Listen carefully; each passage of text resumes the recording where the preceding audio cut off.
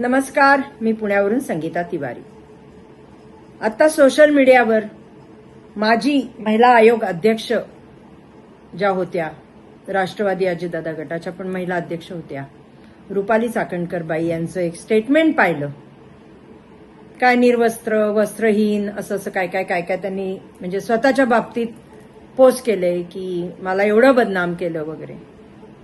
तुम्ही पूर्ण ताई महिला आयोगाला निर्वस्त्र केलं, नाव खराब, गरिमा घालवली. गरिमा एक लक्षात घ्या, जी गरिमा त्या पदाला होती ती घालवली, महिला अध्यक्षपदाची गरिमा घालवली. आणि त्याच्यानंतर इतके दिवस मग गपचूप का बसलात जर तुम्ही दोषी नव्हतात तर? मग म्हणजे तुमच्या चौकशी करणारे SIT चुकीचे होते ऑफिसर्स, त्यांच्यावर पण गुन्हा दाखल करा. ED वाले चुकीचे होते, त्यांच्यावर पण गुन्हा दाखल करा आणि त्यांना पण कोर्टात बोलवा. जसं तुम्ही बाकीच्या महिलांना म्हणताय की एकेकीला नोटीस पाठवणार आहे, पाठवलीच पाहिजे. कारण का तुम्ही जर निष्पाप आहात, निरागास आहात आणि दोषी नाही आहात, मग खरात बरोबर कामाख्या माताला हातात हात घालून काय करत होतात? ते तर फोटो कोणी बनवलेले नाही आहेत ना, तिथे काय करत होतात? गेला होतात ना तुम्ही कामाख्याला खराता बरोबर, आणि खरात तुमचा गुरु आहे, तुम्ही अजूनही सांगता. जो खरात बायकांवर बलात्कार करतो, जो खरात निष्पाप छोट्या छोट्या मुलींची योनी पूजा करत होता, जो खरात दारू पिऊन त्याच्या बेडवर मुतत होता, तो तुमचा गुरु.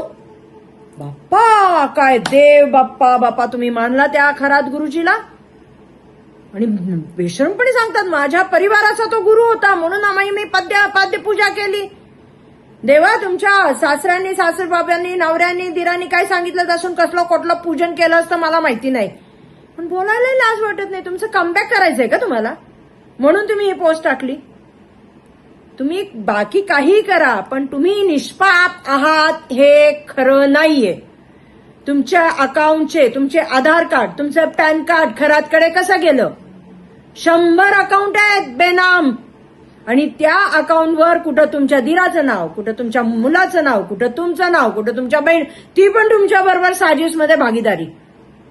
ती कशी? माझा काही आर्थिक संबंध नाही, मग ते 70 कोटी गेलाय कुठं? सांगा की आम्हाला. आणि जर तुम्ही म्हणताय की हे सगळं चुकीचं आहे, मला बदनाम केल्या जात आहे, तर SIT वाल्यांना नोटीस पाठवा, ED वाल्यांना नोटीस पाठवा.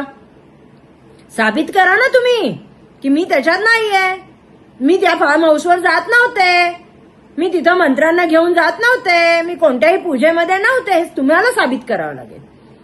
कोर्टात जाऊन कोणी बाकीचं कशाला साबित करते? पूर्ण तुमची चौकशी लागली आहे म्हणजे मग पोलीस खोटे, SIT खोटे, ED खोटे, हे सांगा तुम्ही की तिघं खोटे आहेत.